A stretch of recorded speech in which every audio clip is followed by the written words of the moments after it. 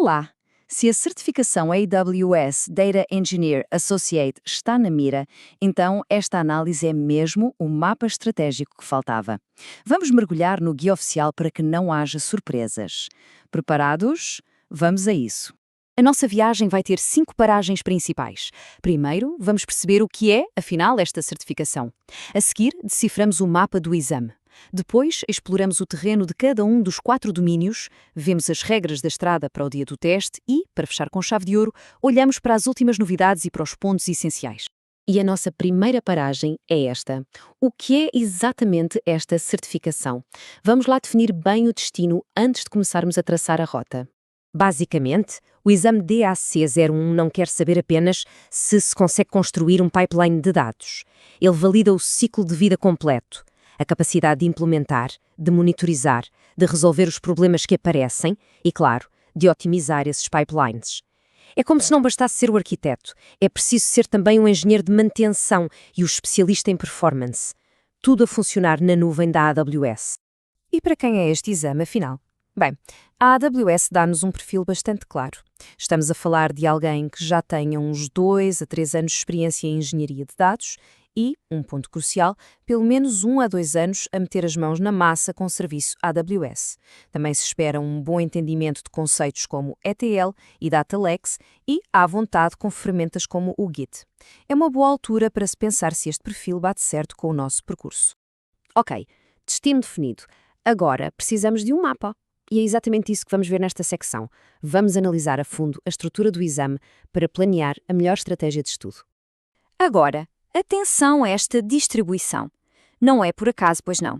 O exame tem 4 domínios, mas o peso deles é bem diferente. A AWS está aqui a dar uma pista gigante.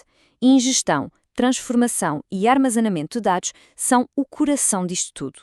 Se dominarmos estes 2 primeiros domínios, com 34% e 26%, já temos mais de meio caminho andado para passar. E isto, no fundo, é a regra de ouro do estudo para este exame. Com 60% da pontuação total concentrada ali, nos 2 primeiros domínios, fica bem claro onde é que se deve focar a energia. Dominar a forma como os dados entram, são transformados e guardados, é, sem dúvida, o caminho mais direto para o sucesso.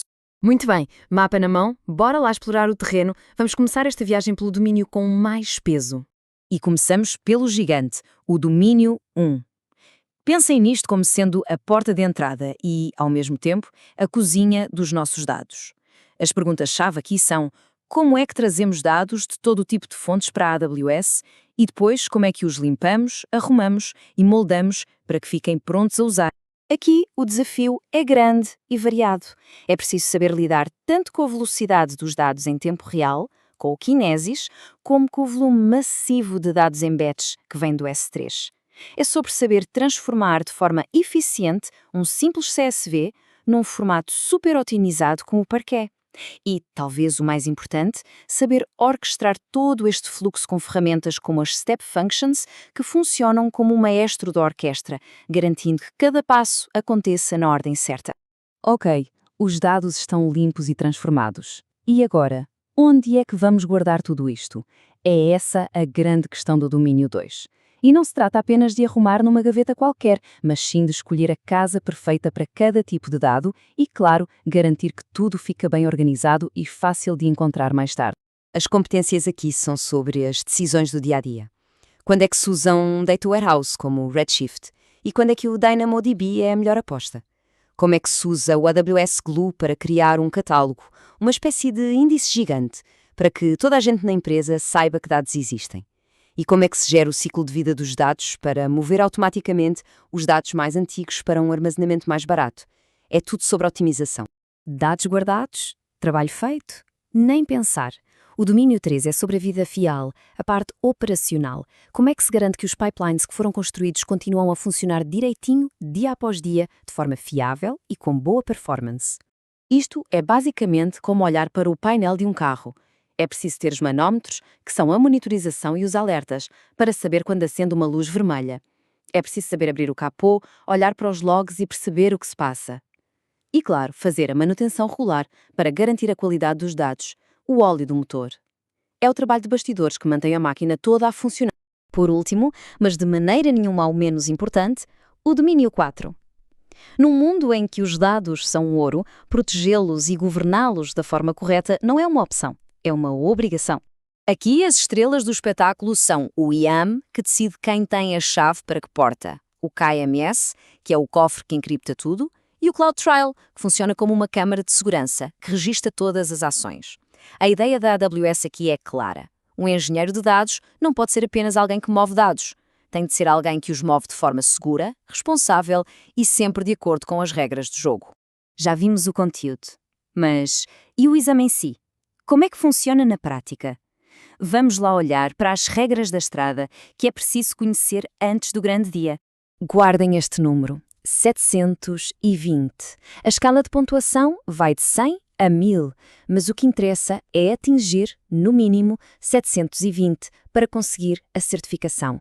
É um alvo bem claro e concreto. No exame vão aparecer 2 tipos de perguntas. As clássicas, de escolha múltipla, uma resposta certa e 3 erradas, simples, e depois as de resposta múltipla, onde a coisa fica mais séria. É preciso escolher 2 ou mais respostas corretas. E aqui fica um aviso importante: não há pontos parciais. Ou se acertem todas as opções corretas, ou o ponto vai à vida. Isto testa mesmo a profundidade do conhecimento. E chegamos à nossa última paragem, e esta é daquelas a que vale a pena prestar muita atenção.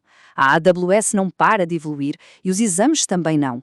Vamos ver o que há de novo na versão mais recente do guia, a V1.1, e resumir os pontos-chave. E olhem só para isto. A grande novidade. A AWS está, basicamente, a dizer-nos para onde é que o futuro da engenharia de dados está a apontar.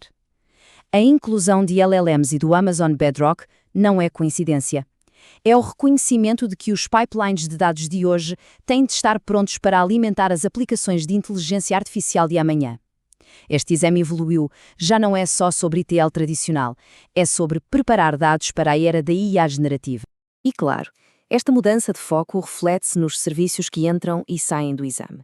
Entram em força o Bedrock e o Amazon Q, tudo a gritar IA. E reparem no que sai: Cloud Nona, Code Commit, ferramentas mais ligadas ao desenvolvimento. A mensagem parece ser clara, o foco é total nas ferramentas e serviços de dados, no que é essencial para um engenheiro de dados.